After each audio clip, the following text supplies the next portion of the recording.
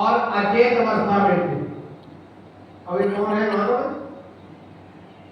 भक्ति, ज्ञान और वैराग्य। जोर जोर से हंस ले, जोर जोर से हंस रहे थे और वह तरुणी उनकी सेवा करती रही, उन्हें जाने का चेष्टा करती रही और उनको जगाने के लिए जग जाए।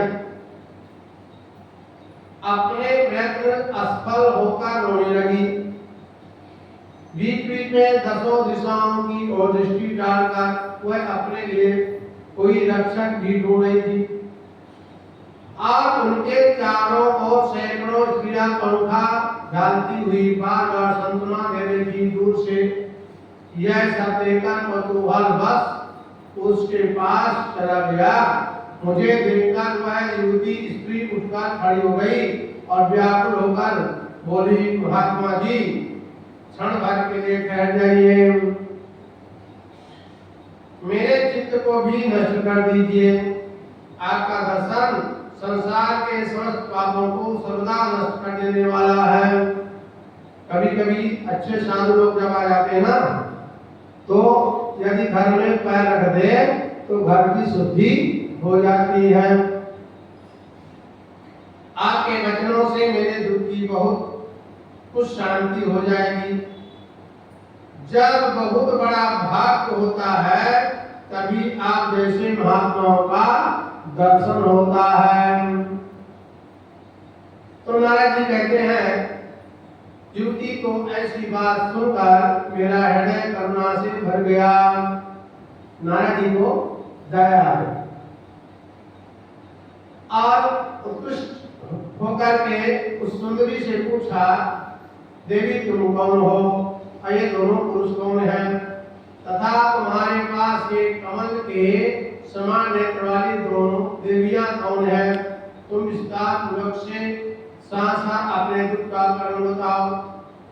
तो युवती ने बोली, मैं भक्ति हूँ।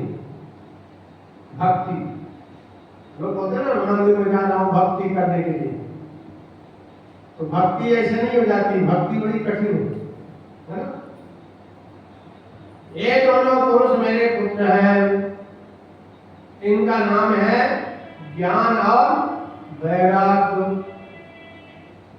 समय के भेद से आज इनका शरीर जरा जीर्ण हो गया,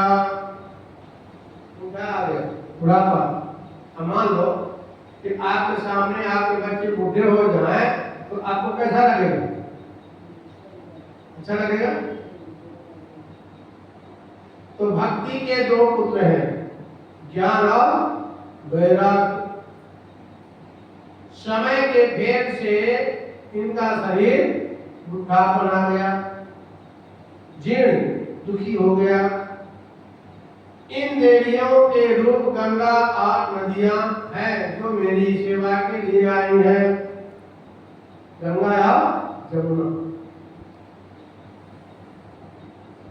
इस प्रकार साक्षात देवियों के द्वारा सेवित होने पर भी मुझे सुख नहीं मिल रहा।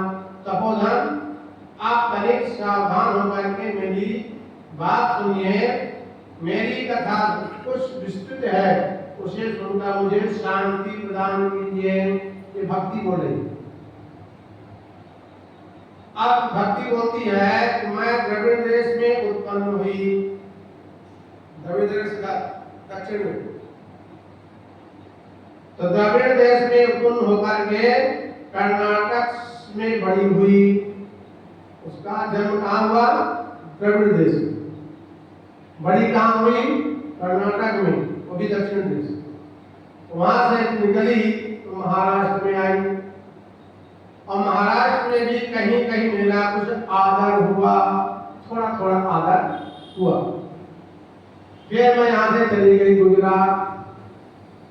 अब गुजरात आने पर मुझे बुढ़ापे ने घेर लिया, गुजरात में बुढ़ी हो गई। घोर कलयुग के प्रभाव से पाखंडियों ने मुझे अंग भंग कर डाला। तब से दिनों तक मैं दुर्बल होती गई, मैं दुबली हो गई। अब फिर चली वहां से तो कहां गई? वृंदावन।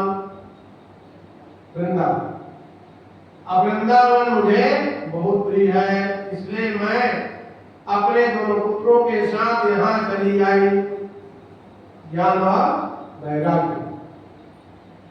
इस स्थान पर आते ही मैं परम सुंदरी युवती हो गई। सुंदर युवती हो गई। परंतु ये जो दोनों बच्चे हैं ये वैसे के वैसे पड़े हैं।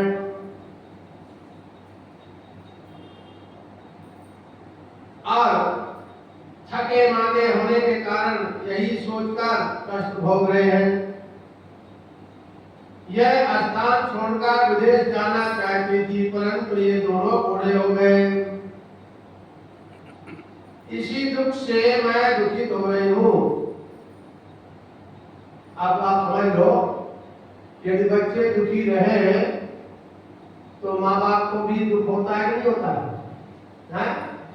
और बच्चे सुखी रहे तो सबको सुख मिलता है। पता नहीं मैं यहाँ युवती कैसे हो गई। जब वृंदावन गई तो वृंदावन में उसको नहीं मालूम कि मैं जवान कैसे हो गई। मेरे दोनों पुत्र बूढ़े क्यों हो गए? और तीनों साथ ही साथ यात्रा कर रहे थे। तीनों जो है ज्ञान, वैराग्य और भक्ति साथ साथ चल रहे थे। फिर हमने यह विपरीत अवस्था कैसे आ गई?